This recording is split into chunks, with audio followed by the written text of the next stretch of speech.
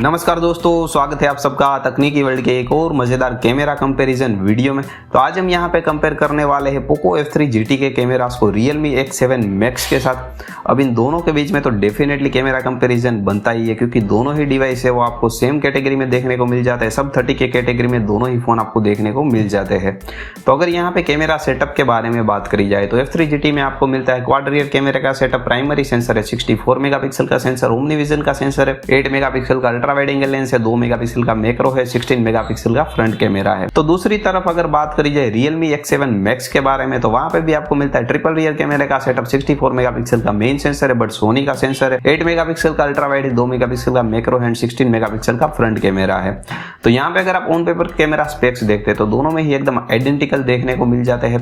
तो चलिए देख लेते हैं इन दोनों ही फोन्स के कैमरा को। एक्चुअल कंडीशन में हम रखते हैं एंड अलग अलग कंडीशन में टेस्ट करते हैं। लेट्स सी कौन सा फोन कौन सी कंडीशन में बेहतर परफॉर्म करता है। तो चलिए without wasting any more time let's get started. Ultra wide angle lens से निकाली गई इमेज है एंड यहाँ पे आप देख सकते हैं दोनों ही फोन ने डिफरेंट इमेज प्रोड्यूस करी है। जो X7 Max की इमेज वो यहाँ पे थोड़ी सी ज्यादा ब्राइट अप हो गई है एंड कलर्स वहाँ पे इतने अच्छे से मैनेज नहीं हुए। F3 GT की बात करी जाए तो एक्चुअल कंडीशन को रिफ्लेक्ट किया है, कलर्स को बेहतर हैंडल किया है। एंड अगर बात करी जाए स्किन टोन के बारे में तो वो भी F3 GT ने बेटर रखा है, ज्यादा क्लोज टू नेचुरल रखा है। X7 Max ने ज्यादा वाइट बना दिया है। अब यहाँ पे अगर डिटेलिंग एंड शार्पनेस आप देखते तो दोनों में ही ऑलमोस्ट इक्वल है, वहाँ पे ऐसा डिफरेंस नहीं है। प्राइमरी कैमरा से निकाली गई इमेज अगेन आप देख सकते हैं दोनों ही इमेज काफी डिफरेंट आई हुई है। X7 Max की इमेज है वो यहाँ पे एकदम ही कूलर टोन पे चली गई है, F3 GT की इमेज यहाँ पे वार्मर टोन पे है। बट ओवरऑल अगर आप देखते हैं तो जो F3 GT ने स्किन टोन मेंटेन किया है वो ज्यादा क्लोज टू नेचुरल है। X7 Max ने यहाँ पे स्किन टोन को चेंज कर दिया है, पूरा पिंकिश टिंट दे दिया है। अब यहाँ पे अगर आप डिटेलिंग एंड शार्पनेस वगैरह देखते तो दोनों में ही सिमिलर देखने को मिल जाता है। डायनामिक रेंज भी अगर आप देखते तो वो दोनों में ही इक्वल है। पोर्ट्रेट मोड को ऑन किया है एंड पोर्ट्रेट मोड को ऑन करने के बाद एज डिटेक्शन दोनों ही फोन सही तरीके से कर लेते हैं एंड वहां पे ऐसा कोई भी डिफरेंस नहीं है। अल्ट्रा वाइड एंगल लेंस से निकाली गई कुछ ऑब्जेक्ट की फोटो से यहाँ पे अगेन आप नोटिस कर सकते हैं कि जो X7 Max है वो आपको कूलर टोन प्रोड्यूस करके देता है, F3 GT है वो यहाँ पे ज्यादा एक्चुअल टोन दिखाता है। एंड अगर आप बात करते हैं डिटेलिंग के बारे में या फिर शार्पनेस के बारे में या फिर इवन डायनामिक रेंज के बारे में तो दोनों में ही ऑलमोस्ट इक्वल है, वहां पे ऐसा कोई मेजर डिफरेंस नहीं है। बट हाँ, यहाँ पे भी आप जो कलर्स है वो आपको F3 GT में ज्यादा क्लोज टू नेचुरल देखने को मिल जाते हैं। डे लाइट कंडीशन में प्राइमरी कैमरा से निकाली गई फोटो से यहाँ पे अगेन आप नोटिस कर सकते हैं एक तो आपको जो स्काई का कलर है उसका डिफरेंस देखने में आ जाता है। X7 Max की इमेज यहाँ पे भी स्लाइटली कूलर टोन पे रहती है, F3 GT की इमेज स्लाइटली वार्मर टोन पे है। बट यहाँ पे जो डिफरेंस है वो इतना बड़ा नहीं है, दोनों ही ऑलमोस्ट आइडेंटिकल लगते हैं, इतना मेजर डिफरेंस देखने में नहीं आता है। कुछ कुछ कंडीशन में आपको पोको की इमेजेस ज्यादा कलरफुल लगेगी, कुछ कंडीशन में X7 Max की इमेजेस ज्यादा कलरफुल लगेगी।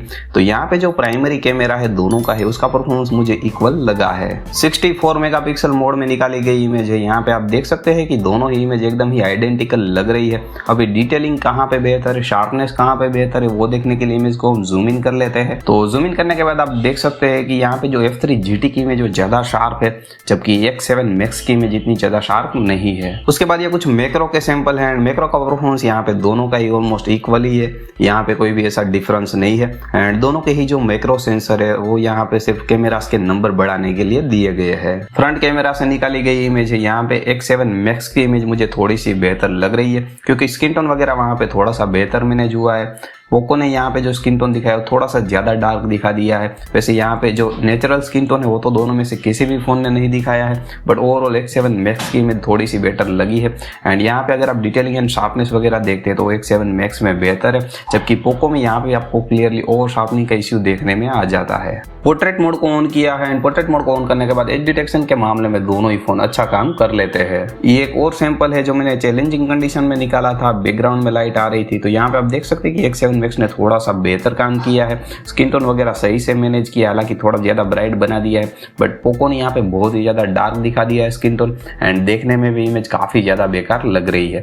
तो ऐसी कंडीशन में यहाँ पे X7 Max ने बेटर परफॉर्म किया है। Indoor ultra wide angle lens से निकाली गई इमेज है, यहाँ पे आप नोटिस कर सकते हैं कि दोनों ही फोन ने सिमिलर काम किया है। जो कलर्स है उसका आपको डिफरेंस देखने में आ जाता है। अब यहाँ पे अगर आप जूम इन करके शार्पनेस देखेंगे तो आपको F3 GT में बेटर देखने को मिलेगा, जबकि X7 Max में यहाँ पे इमेज बहुत ही ज्यादा सॉफ्ट है। प्राइमरी कैमरा से निकाली गई इमेज है। यहाँ पे X7 Max ने बेहतर काम किया है, काफी सही स्किन टोन वगैरह मैनेज किया है। F3 GT ने यहाँ पे काफी ज्यादा ओवर शार्पनिंग कर दिया है एंड स्किन टोन भी यहाँ पे एकदम ही येलोइश बना दिया है, तो देखने में बिल्कुल भी अच्छा नहीं लग रहा है। पोर्ट्रेट मोड को ऑन किया है, एज डिटेक्शन के मामले में कोई भी इश्यू नहीं है, दोनों ही फोन सही तरीके से कर लेते हैं। बट अगेन जो स्किन टोन वगैरह है वो आपको X7 Max में बेटर देखने को मिलते हैं। इंडोर कंडीशन में अल्ट्रा वाइड एंगल लेंस से निकाले गए कुछ सैंपल से यहाँ पे दोनों का ही परफॉर्मेंस ऑलमोस्ट इक्वल है एंड यहाँ पे कलर्स वगैरह के मामले में भी आपको इतना डिफरेंस नहीं मिलता है। कुछ कंडीशन में आपको थोड़ा सा डिफरेंस नोटिस हो जाएगा, बाकी ज्यादातर कंडीशन में आपको डिफरेंस विजिबल भी नहीं है।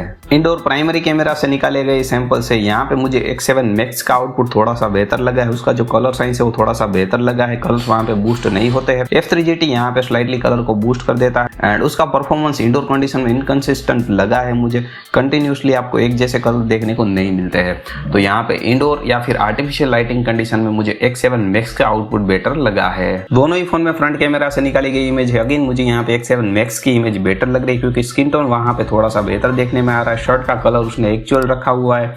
पोको ने यहाँ पे स्किन टोन एंड शर्ट के कलर को चेंज कर दिया है। पोर्ट्रेट मोड को ऑन कर दिया है एंड पोर्ट्रेट मोड को ऑन करने के बाद एज डिटेक्शन के मामले में यहाँ पे कोई भी इश्यू नहीं है। लो लाइट में फ्रंट कैमरा से निकाली गई इमेज है। यहाँ पे मुझे X7 Max की इमेज काफी बेहतर लग रही है, कलर्स वगैरह वहाँ पे काफी बेहतर है, जबकि पोको की इमेज में यहाँ पे बहुत ही ज्यादा नॉइज है। नाइट मोड को ऑन किया है। नाइट मोड को ऑन करने के बाद X7 Max की इमेज और भी ज्यादा इंप्रूव हो जाती है, वहीं पे पोको की इमेज और भी ज्यादा बिगड़ जाती है। अल्ट्रा वाइड एंगल लेंस से निकाली गई इमेज है। विदाउट नाइट मोड है, पोको की इमेज यहाँ पे बेहतर है। नाइट मोड को एनेबल किया है। नाइट मोड को एनेबल करने के बाद दोनों ही इमेज यहाँ पे इंप्रूव हो जाती है। प्राइमरी कैमरा से निकाली गई इमेज है। विदाउट नाइट मोड निकाली है, दोनों ही इमेज यहाँ पे ऑलमोस्ट इक्वल है। नाइट मोड को एनेबल किया है। नाइट मोड को एनेबल करने के बाद यहाँ पे दोनों ही इमेज इंप्रूव हो जाती है एंड यहाँ पे भी अगेन मुझे दोनों ही इमेज इक्वल लग रही है। चलिए अब वीडियो में आगे बढ़ते हैं एंड कुछ वीडियो के सैंपल भी देख लेते हैं। तो दोनों ही फोन में फ्रंट कैमरा से रिकॉर्ड कर रहा हूँ एंड यहाँ पे आप दोनों ही फोन में मैक्सिमम 1080 पिक्सल एट 30 FPS तक शूट कर सकते हैं। तो यहाँ पे आप देख सकते हैं ओवरऑल फुटेज की क्वालिटी किस तरह की आ रही है, ऑडियो कैप्चर वगैरह किस तरह का है, एक्सपोजर कौन सा फ़ोन बेहतर हैंडल कर रहा है। एंड यहाँ पे जो F3 GT है उसकी फुटेज क्रॉप हो गई है EIS की वजह से, जबकि X7 Max की फुटेज में यहाँ पे क्रॉप नहीं हुआ है एंड स्टेबलाइजेशन भी मुझे यहाँ पे ऑन स्क्रीन तो नहीं लग रहा है। बाकी आप लोग बताइए आपको क्या लग रहा है। एंड यहाँ पे जो एक्सपोजर है वो मुझे X7 Max का बिल्कुल भी सही नहीं लग रहा है, जबकि पोको का थोड़ा सा बेटर लग रहा है। एंड यहाँ पे आपको X7 Max में बोके वीडियो का भी ऑप्शन देखने को मिलता है। तो अगेन पोको F3 में आपको HDR वीडियो का ऑप्शन देखने को मिलता है। तो दोनों के ही कुछ एडवांटेज है, कुछ डिसएडवांटेज है, तो ये सारी चीज़ें आप ध्यान में रख सकते हैं। अब ये जो फुटेज आप देख रही है मैं दोनों ही फ़ोन में शेडोड एरिया में निकाल रहा हूँ। तो यहाँ पे आप देख सकते हैं कि X7 Max में भी फुटेज अच्छी आ रही है, बट जैसे ही हम डायरेक्ट सनलाइट में जाते हैं तो वहाँ पे पूरा ओवर एक्सपोज हो जाता है। तो मैं आपको दिखा देता हूँ डायरेक्ट सनलाइट में आके। तो अभी मैं डायरेक्ट सनलाइट में आ गया हुआ एंड यहाँ पे आप देख सकते हैं कि जो X7 Max है वो बिल्कुल भी हैंडल नहीं कर पा रहा है सनलाइट को, जबकि F3 GT यहाँ पे अच्छा काम कर रहा है एटलीस्ट। तो ये डिफरेंस आप ध्यान में ज़रूर रख सकते हैं। एंड यहाँ पे मैंने सारे अपडेट दोनों ही फ़ोन में किए हुए हैं। तो दोनों ही फ़ोन में अल्ट्रा वाइड एंगल लेंस से शूट कर रहा हूँ एंड अल्ट्रा वाइड में आप दोनों में ही मैक्सिमम 1080 पिक्सल एट 30 FPS तक शूट कर सकते हैं। तो यहाँ पे आप लोग देख सकते हैं फुटेज की क्वालिटी किस तरह की आ रही है, ऑडियो पिकअप किस तरह का है, डायनामिक रेंज किस तरह की है एंड स्टेबलाइजेशन किस तरह का है, कहाँ पे हो रहा है कहाँ पे नहीं हो रहा है। यहाँ पे F3 GT में तो स्टेबलाइजेशन काफ़ी सही मिल रहा है, बट X7 Max की फुटेज यहाँ पे बिल्कुल भी स्टेबल नहीं है। तो यहाँ पे EIS अभी भी इनेबल नहीं किया गया है रिलीज़ के इतने टाइम बाद भी। तो ये चीज़ मुझे थोड़ी सी सरप्राइजिंग ज़रूर लगी है एंड बाकी सारी चीज़ें आप नोटिस कर सकते हैं एंड कौन से फ़ोन में क्या बेहतर है वो आप मुझे कमेंट करके बता सकते हैं। तो दोनों ही फ़ोन में 4K रिजोल्यूशन में शूट कर रहा हूँ एंड 4K में आप 30 FPS तक शूट कर सकते हैं F3 GT में, जबकि X7 Max में तो आपको 4K 60 का भी ऑप्शन देखने को मिल जाता है एंड फुटेज भी वहाँ पे मुझे काफ़ी स्मूथ लग रही है, जबकि F3 GT की फुटेज आप देख सकते हैं कि फ्रेम ड्रॉप्स हो रहे हैं। एंड यहाँ पे अगर आप देखेंगे ओवरऑल क्वालिटी वगैरह, ऑडियो कैप्चर किस तरह का है वो भी आप सुनिए एंड स्टेबलाइजेशन यहाँ पे कौन से फ़ोन में है कौन से में नहीं है वो भी आप देख सकते हैं। अगेन मुझे F3 GT की फुटेज यहाँ पे स्टेबल लग रही है, जबकि X7 Max की फुटेज स्टेबल नहीं लग रही है। बाकी आप लोग एक्चुअल फुटेज देख रहे हैं तो आप लोगों को बेहतर आइडिया लगेगा। एंड यहाँ पे F3 GT में ओवर हीटिंग की भी वार्निंग आ गई है, जबकि X7 Max में मैंने ऐसा कुछ भी इश्यू नोटिस नहीं करा है। दोनों ही फ़ोन में 1080 पिक्सल एट 60 FPS का भी ऑप्शन आपको देखने को मिल जाता है। तो यहाँ पे अगेन आप देखिए फुटेज की क्वालिटी किस तरह की है, ऑडियो किस तरह का है, डायनामिक रेंज किस तरह की है एंड स्टेबलाइजेशन अगेन यहाँ पे X7 Max में नहीं है एंड F3 GT में यहाँ पे भी आपको स्टेबलाइजेशन देखने को मिल जाता है। तो यहाँ पे आपको realme X7 Max में EIS देने की काफ़ी ज़्यादा ज़रूरत है एंड लेट्स सी यहाँ पे ये कब EIS प्रोवाइड करते हैं। तो दोनों ही फ़ोन में 1080 पिक्सल 30 FPS पे शूट कर रहा हूँ। एंड यहाँ पे अगेन आप देख सकते हैं कि जो पोको की फुटेज वो क्रॉप हो गई है एंड स्टेबलाइजेशन भी वहाँ पे बेहतर मिल रहा है, जबकि रियलमी में मुझे यहाँ पे भी नहीं लग रहा है स्टेबलाइजेशन। बाकी आप लोग बताइए आपको क्या लग रहा है एंड ऑडियो पिकअप वगैरह किस तरह का है, कौन से फ़ोन का बेहतर है, वो भी आप मुझे नीचे कमेंट करके बता सकते हैं। एंड बाकी सारी चीज़ें कहाँ पे बेहतर हैंडल हो रही है, एक्सपोजर वगैरह कहाँ पे अच्छे से हैंडल हो रहा है, वो भी आप लोग देख सकते हैं।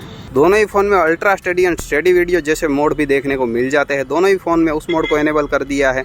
अभी मैं आपको रन करके दिखा देता हूँ।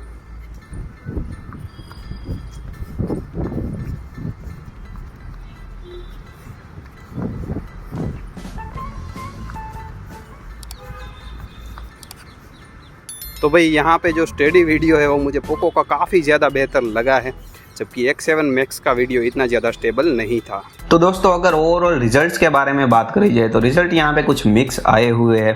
कुछ कंडीशन में X7 मैक्स ने बेटर परफॉर्म किया है, कुछ कंडीशन में पोको ने बेटर परफॉर्म किया है।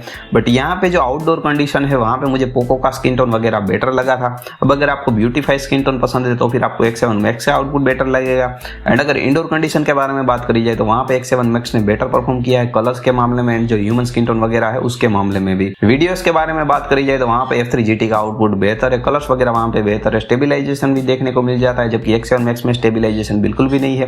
फ्रंट कैमरे से जो भी फुटेज लेते हैं वो बिल्कुल भी विजिबल नहीं है, ओवर एक्सपोज बहुत ही ज्यादा होता है। तो इन चीजों के ऊपर रियलमी को डेफिनेटली काम करने की काफी ज्यादा जरूरत है। तो बस अभी के लिए तो इस वीडियो में इतना ही था। मुझे उम्मीद है कि आपको वीडियो जरूर पसंद आया होगा। अगर आपको वीडियो पसंद आया हो वीडियो को लाइक कीजिए, शेयर कीजिए, चैनल को सब्सक्राइब कीजिए अगर अभी तक आप लोगों ने नहीं किया है। मैं मिलता हूँ आपसे अपनी अगली वीडियो में, तब तक के लिए जय हिंद, जय भारत।